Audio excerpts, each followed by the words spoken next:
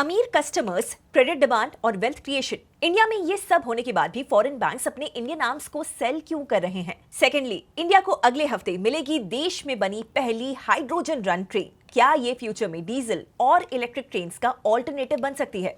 और फाइनली समझेंगे cult fit IPO को। कंपनी का बिजनेस स्केल तो कर रहा है, लेकिन अभी भी प्रॉफिट दूर क्यों है? इंडिया के प्राइवेट बैंक्स में एक के बाद एक टॉप बॉसेस बदल रहे हैं, एचडीएफसी, इंडसइंड, कोटक महिंद्रा। बट क्या ये सिर्फ एक कोइंसिडेंस है या फिर कुछ और? पता लगाते हैं आज की ट्रेंडिंग न्यूज में। हाय एवरीवन, मैं हूं Gauri. Welcome back to markets today, जहां पर हम आपके पोर्टफोलियो को इंपैक्ट करने वाली स्टोरीज का डेटा बैक्ड एनालिसिस करते हैं। चलिए शुरू करते हैं पहली स्टोरी से।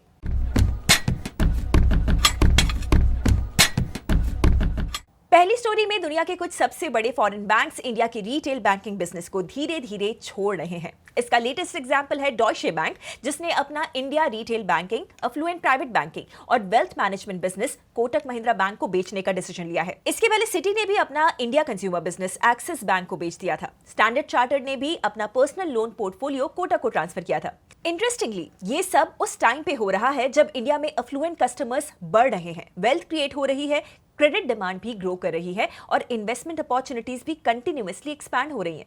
तो ऐसे अट्रैक्टिव मार्केट में भी फॉरेन बैंक्स पीछे क्यों हट रहे हैं? इसका आंसर इंडियन रिटेल बैंकिंग के बिजनेस मॉडल में छिपा है। आज इंडिया में रिटेल बैंकिंग पूरी तरीके से स्केल का गेम बन चुका है और यहीं पर फॉरेन बैंक्स को चैलेंज फेस करना पड़ता है।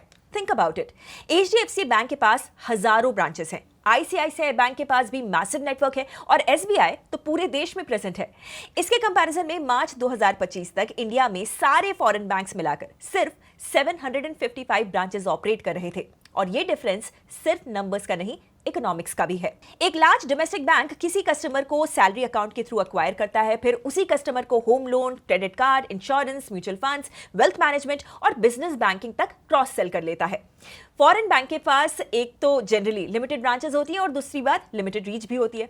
इसीलिए उनका कस्टमर एक्विजिशन कॉस्ट हाई हो जाता है, क्रॉस सेलिंग अपॉर्चुनिटीज लिमिटेड रह जाती हैं और ओवरऑल रिटेल बिजनेस उतना प्रॉफिटेबल नहीं बनता। इसीलिए डॉयशे बैंक रिसेंटली अपना रिटेल आर्म कोटक को सेल कर रहा है और अब उसका focus corporate banking, investment banking, wealth management और क्रॉस बॉर्डर बिजनेसेस पर रहेगा, जहां पर ग्लोबल नेटवर्क उसकी स्ट्रेंथ है। इसके पीछे रेगुलेशन भी एक इंपॉर्टेंट फैक्टर है। इंडिया में बैंक्स को priority sector lending, financial inclusion, local governance और आरबीआई के रेगुलेटरी रिक्वायरमेंट्स सबको फॉलो करना पड़ता है। ग्लोबल बैंक्स के लिए इसका मतलब है एडिशनल कैपिटल और मैनेजमेंट एफर्ट। लेकिन ऐसा भी नहीं कि सारे के सारे फॉरेन बैंक्स रिट्रीट कर रहे हैं, कुछ एक्सेप्शंस भी हैं। डीबीएस ने लक्ष्मी विलास बैंक के मर्जर के बाद उसने अपना ब्रांच नेटवर्क सिग्निफिकेंटली एक्सपैंड किया और स्टैंडर्ड चार्टर्ड और एचएसबीसी भी सिलेक्टिव रिटेल बैंकिंग कंटिन्यू कर रहे हैं। बट ओवरऑल इंडिया की बैंकिंग अपॉर्चुनिटी आज पहले से कहीं ज्यादा बड़ी है, लेकिन उस अपॉर्चुनिटी को कैप्चर करना पहले से कहीं ज्यादा डिफिकल्ट भी हो गया है, जिसकी वजह से फॉरेन बैंक्स के लिए डोमेस्टिक बैंक्स के रिटेल लेवल पर compete करना अब इकोनॉमिकली सेंस नहीं बनाता। तो आपके हिसाब से फॉरेन बैंक्स ने सही डिसीजन लिया है या वो इंडिया की लॉन्ग टर्म अपॉर्चुनिटी को मिस कर रहे हैं? बैंकिंग का फ्यूचर स्केल डिसाइड करेगा और ट्रांसपोर्टेशन का फ्यूचर शायद फ्यूल टेक्नोलॉजी। दूसरी स्टोरी में इंडिया की पहली हाइड्रोजन ट्रेन अब रियलिटी बनने जा रही है। रिपोर्ट्स के अकॉर्डिंग 17 जुलाई को प्राइम मिनिस्टर नरेंद्र मोदी हरियाणा के जींद स्टेशन से देश की फर्स्ट हाइड्रोजन पावर ट्रेन को फ्लैग ऑफ कर सकते हैं और ये काफी इंटरेस्टिंग टेक्नोलॉजी है। नॉर्मल डीजल इंजन की तरह फ्यूल जलाने के बजाय इस ट्रेन में हाइड्रोजन फ्यूल सेल्स लगे हैं। ये फ्यूल सेल्स हाइड्रोजन को इलेक्ट्रिसिटी में कन्वर्ट करते हैं और इस प्रोसेस का सिर्फ एक बाय प्रोडक्ट होता है, वाटर वेपर, मतलब ना स्मोक ना कार्बन एमिशंस। इसी वजह से हाइड्रोजन फ्यूल सेल टेक्नोलॉजी को क्लीन मोबिलिटी का एक प्रॉमिसिंग सोल्यूशन माना जा रहा है। ये ट्रेन 10 कोचेस की होगी, जिसमें 2 ड्राइविंग पावर कार्स और साथ ही 8 पैसेंजर कोचेस होंगे। पिछले लगभग 2.5 महीनों से इस ट्रेन की एक्सटेंसिव टेस्टिंग सोनीपत, जींद और न्यू दिल्ली के बीच की गई है। ट्रेन में 440 किलोग्राम कंप्रेस्ड हाइड्रोजन स्टोर की जा सकती है और मैक्सिमम पैसेंजर लोड के साथ एक दिन में लगभग 300 किलोग्राम हाइड्रोजन कंज्यूम होने का एस्टिमेट है। हाइड्रोजन जैसे हाईली फ्लेमेबल फ्यूल के साथ सेफ्टी नेचुरली सबसे बड़ा कंसर्न होता है और इसीलिए इस ट्रेन की सेफ्टी और design validation independent certification organisation ने की है, ताकि इंटरनेशनल सेफ्टी स्टैंडर्ड्स इंश्योर किए जा सके। और सेफ्टी प्रोटोकॉल्स पर भी काफी फोकस किया गया है। Hydrogen leak detectors, flame detectors, 24/7 monitoring system और train technical staff initial phase में ट्रेन के साथ रहेंगे। इसके अलावा जींद में इंडिजिनियस हाइड्रोजन स्टोरेज और रिफ्यूलिंग फैसिलिटी भी बनाई गई है। मेंटेनेंस के लिए हाइड्रोजन सिस्टम को कंप्लीटली शट डाउन करके ट्रेन को डीजल लोकोमोटिव के थ्रू दिल्ली के शकूर बस्ती मेंटेनेंस फैसिलिटी तक ले जाया जाएगा। बट ओवरऑल इंडियन रेलवेज इस प्रोजेक्ट को इनोवेशन, एनर्जी एफिशिएंसी और एनवायरमेंटली सस्टेनेबल ट्रांसपोर्टेशन की डायरेक्शन में एक इंपॉर्टेंट स्टेप मान रहा है। ग्लोबल लेवल पर अगर हम देखें तो जर्मनी, जापान, चाइना और यूनाइटेड स्टेट्स जैसे कुछ ही देश हाइड्रोजन बेस्ड रेल सिस्टम्स को ऑपरेट या फिर टेस्ट कर रहे हैं। टेक्नोलॉजी अभी भी अर्ली स्टेजेस में है, इसीलिए इंडिया का इस सिलेक्ट ग्रुप का हिस्सा बनना अपने आप में एक सिग्निफिकेंट माइलस्टोन है। अब देखना यह होगा कि इंडिया के इस पायलट प्रोजेक्ट का परफॉर्मेंस कैसा रहता है। अगर टेक्नोलॉजी सक्सेसफुल प्रूव हो जाती है तो फ्यूचर में आप हाइड्रोजन ट्रेन्स में सफर करने के लिए रेडी रहिए। तो क्या इंडियन रेलवेज को हाइड्रोजन पर अग्रेसिवली इन्वेस्ट करना चाहिए या फिर इलेक्ट्रिफिकेशन ही इनफ है? आप क्या सोचते हैं? इनोवेशन सिर्फ रेलवेज तक लिमिटेड नहीं है, कंज्यूमर बिजनेसेस भी अग्रेसिवली एक्सपैंड कर रहे हैं और उन्हीं में से एक है कल्ट फिट। तीसरी स्टोरी में कल्ट फिट अब आईपीओ लाने जा रहा है। आईपीओ के थ्रू कंपनी 950 करोड़ रुपीस का फ्रेश कैपिटल रेज करना चाहता है। साथ ही फाउंडर मुकेश बंसल और कुछ अर्ली इन्वेस्टर्स भी अपनी होल्डिंग्स का एक हिस्सा बेच रहे हैं। ऐसे में क्वेश्चन यहां पर यह है कि क्या इन्वेस्टर्स को इस कंपनी पे बेट लेना चाहिए?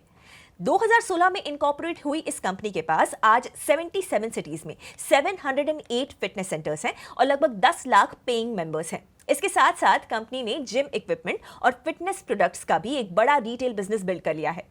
कंपनी का लगभग 70% revenue gym memberships, personal training और कॉर्पोरेट वेलनेस प्रोग्राम से आता है। बाकी 30% रेवेन्यू प्रोडक्ट से आता है, जिसमें कि ट्रेडमिल्स, एक्टिव वेयर और फिटनेस एक्सेसरीज शामिल हैं। और रिसेंट ग्रोथ के नंबर्स भी काफी इंप्रेसिव हैं। FY24 में कंपनी की रेवेन्यू 927 करोड़ रुपीस रही। FY26 तक ये बढ़कर 1721 करोड़ रुपीस हो गई। मतलब 2 सालों में रेवेन्यू लगभग डबल हो गया। लेकिन फिर भी कंपनी सालों से कैश बर्न कर रही है और FY26 में भी कंपनी लेवल पे कल्ट ने 252 करोड़ रुपीस का नेट लॉस रिपोर्ट किया है। और इस नेगेटिव इकोनॉमिक्स का रीजन है gym business fundamentally capital intensive होता है। FY26 में कंपनी ने सिर्फ जिम लीजेस के लिए 90 करोड़ रुपीस से ज्यादा स्पेंड किए। वेयर हाउसेस, ऑफिसेज और रिटेल स्टोर्स की लीजेस पर भी लगभग 90 करोड़ रुपीस खर्च हुए। यानी टोटल एक्सपेंसेस में लीज पेमेंट्स ही करीब 9% कंज्यूम कर रहे हैं। इसी वजह से कल्ट फिट एक ट्रिकी पोजीशन में है। अगर कंपनी एक्सपेंशन स्लो करती है तो प्रॉफिटेबिलिटी इंप्रूव हो सकती है, लेकिन इससे मार्केट शेयर और ग्रोथ अपॉर्चुनिटी दोनों मिस हो सकती है।